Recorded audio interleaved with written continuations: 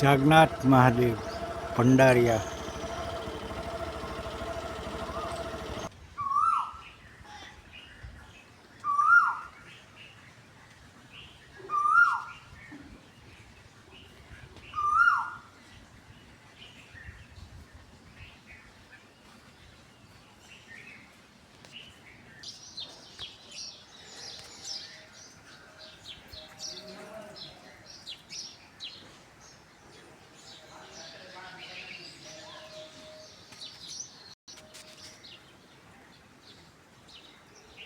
દુખીશ્યામ બાપુએ બનાવેલો છે આ આશ્રમ જાગનાથ મહાદેવ। નૈસર્ગિક સૌંદર્ય સ્થાનની વચ્ચે આવેલો છે। સરસ મજાનો અહીંયા બગીચો છે।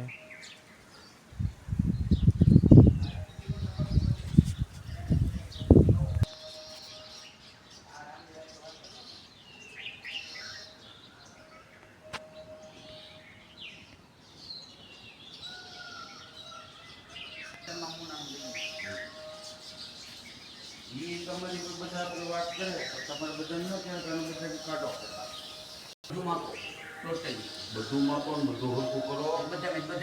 તમારા ભાઈનું પેલા બાકી છે ને એનું બધું આપો, પાણી આપો।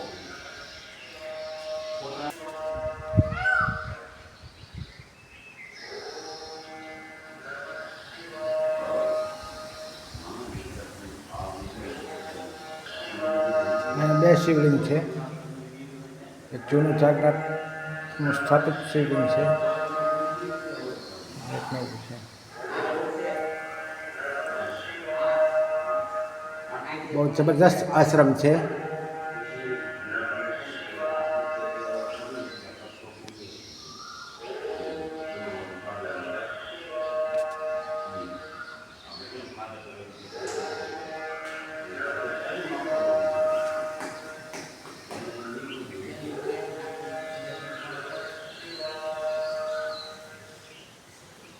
આ પણ ગુલાબી પથ્થરનું મંદિર બનાવેલું છે।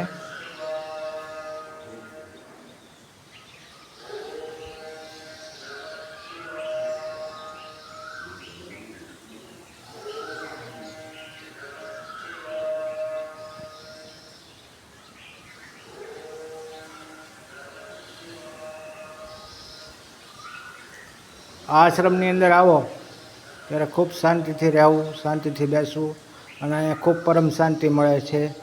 અને આ આશ્રમની અંદર આવો ત્યારે ખાસ એક વિનંતી કે કોઈ પણ જાતનો નશો કરીને આવવું નહીં, અથવા અહીંયા આવો ત્યારે કોઈ પણ જાતનો નશો કરવો પણ નહીં।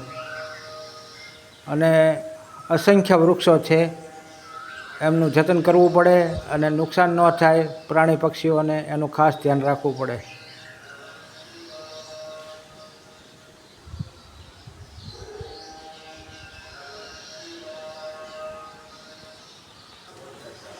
દુખીશ્યામ બાપુનો ધૂણો વર્ષો જૂનો।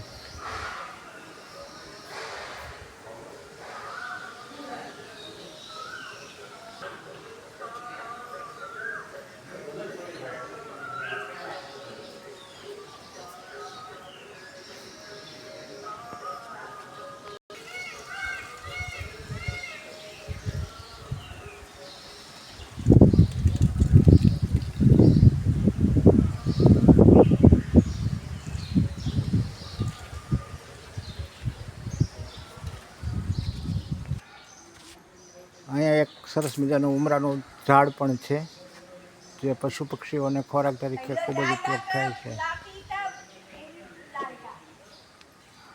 પશુ પક્ષીઓને ચારો છે, આનું જતન કરવું પડે અને બીજા વાવવા પણ પડે ઉમરાના ઝાડવા।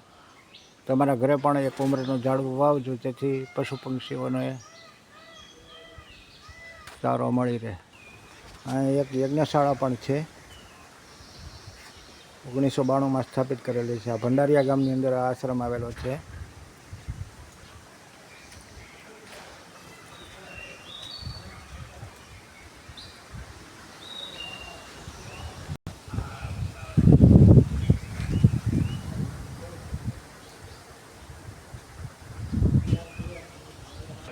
આપણે બધા ફેસ્ટિવલ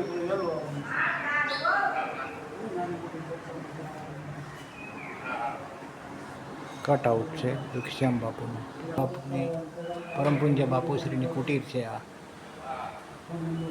એ જે બધી વસ્તુઓ પોતાના ઉપયોગની અંદર વાપરતા, કમંડળ છે, થાળી છે, વાટકા છે, કીટલી છે, વાસણ છે, તાંબાના લોટા છે, માળા છે, બેટરી છે, ઘણી બધી વસ્તુઓ વાપરતા. આ એમનો હિંચકો.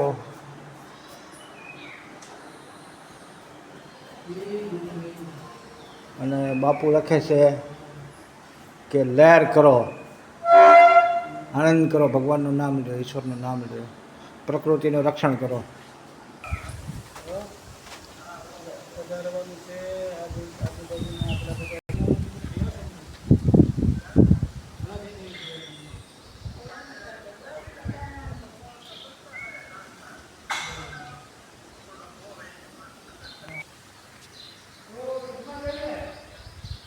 અહીંયા સંતોને રહેવાની પણ વ્યવસ્થા છે અને અન્નક્ષેત્ર પણ ચાલે છે નાનું એવું સરસ મજાનું.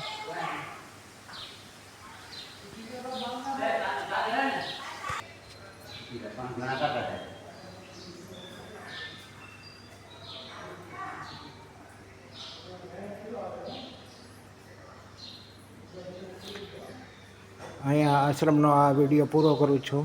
તમને ગમ્યું હોય તો લાઈક શેર કરજો.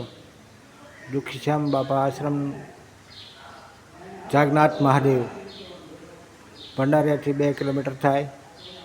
દર્શન કરવા અવશ્ય પધારજો.